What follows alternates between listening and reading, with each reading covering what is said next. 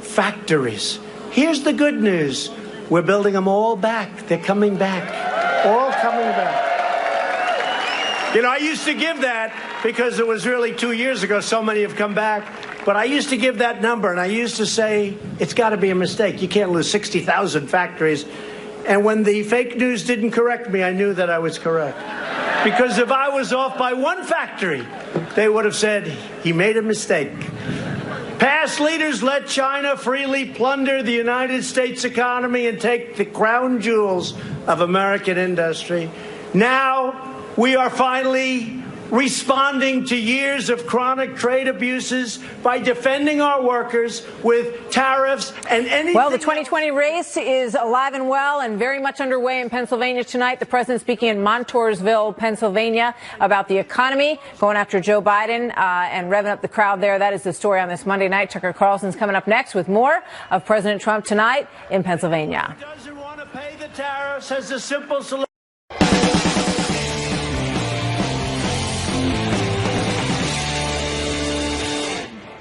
Good evening and welcome to Tucker Carlson. Tonight, we're going to have a show for you in just a minute. The president, as you know if you've been following it, is speaking right now in Montoursville, Pennsylvania. He's talking about the political establishment. That's something we're going to address at some length in tonight's show. We're going to go back to the president in Pennsylvania, dip in there. We're going to see you in just a minute, so don't go away. To protect our national security, we also imposed a 10% tariff on foreign aluminum and a 25% tariff on foreign steel. And what that's done for your aluminum and steel in this country is incredible. Now, just this month, United States Steel announced that it will invest more than $1 billion to completely transform and make new the Manoir. You know that? You know where this is? Right next to Pittsburgh. In Pittsburgh. Does anyone know? Mon Valley Works, near Pittsburgh. They're spending over $1 billion, thousands of jobs, the newest, the finest equipment in the world. They're going to make steel again in our country. They haven't been building new plants for decades. Together, we're putting Pennsylvania steel back into the spine of America. And as we defend our jobs, we're also defending our borders. And it's tough, as I said. No betrayal of American workers has been worse than the Democrat Party's pursuit of open borders. They want everybody to come in. And they're coming up by the thousands. And I'll tell you what, our Border Patrol, our law enforcement, ICE, they are working. They're apprehending 30, 40, 50,000 people at times. I mean, just in short periods of times. The laws are so bad. If you don't release them, they arrest you. They arrest people that are working in law enforcement. It's a disgrace. Democrat-backed policies have left our borders overrun, our detention facilities overwhelmed. As fast as we build them, they fill up, and our hospitals, schools, and public resources overburdened. Our country is full. We don't want people coming up here. Our country is full. We want Mexico to stop. We want all of them to stop. Our country is packed to the gills. We don't want them coming up.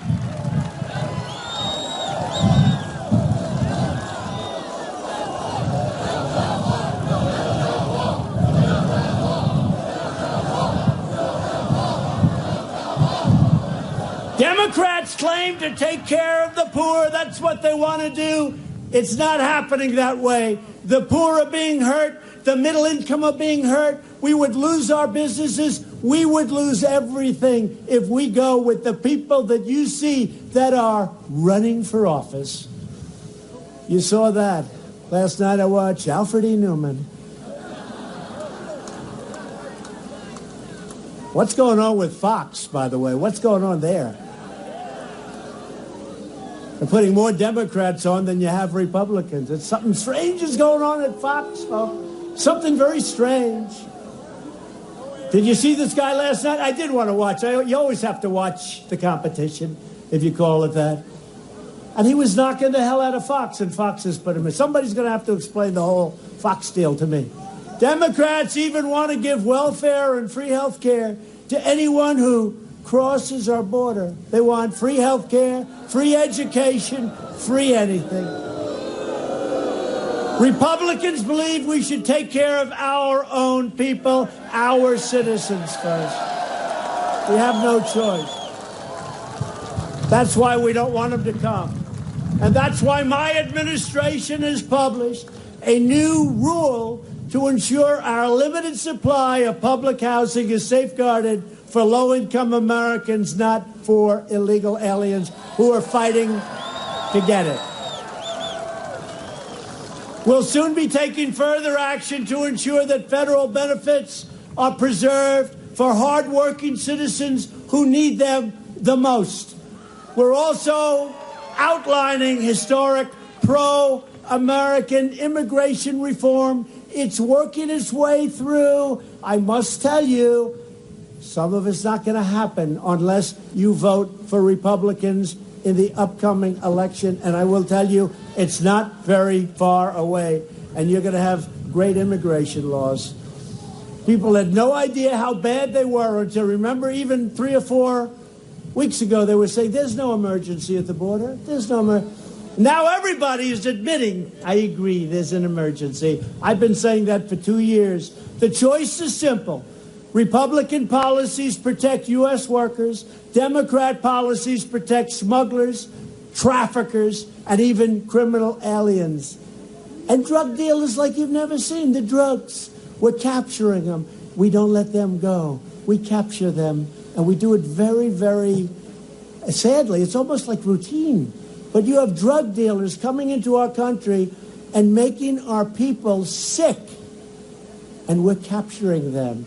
As just one example, the sanctuary city of Philadelphia released a previously deported illegal alien from prison rather than cooperate with federal authorities. After his release, that criminal alien raped a very young child.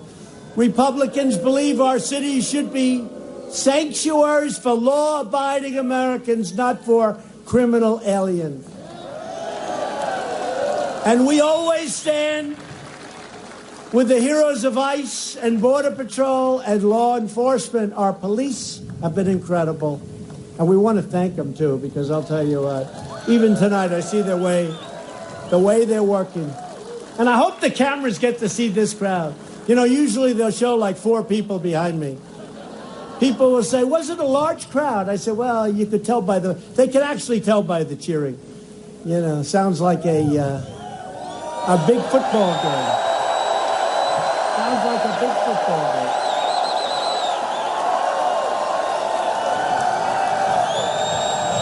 They don't like to show the crowd. Explain that to me. You know, I'm trying to tell them it's really good for television to show the crowd. Don't just show, they show like this. There's 3 or 4 people behind me that will be very famous tomorrow. But they have lousy seats tonight, so I think you bet.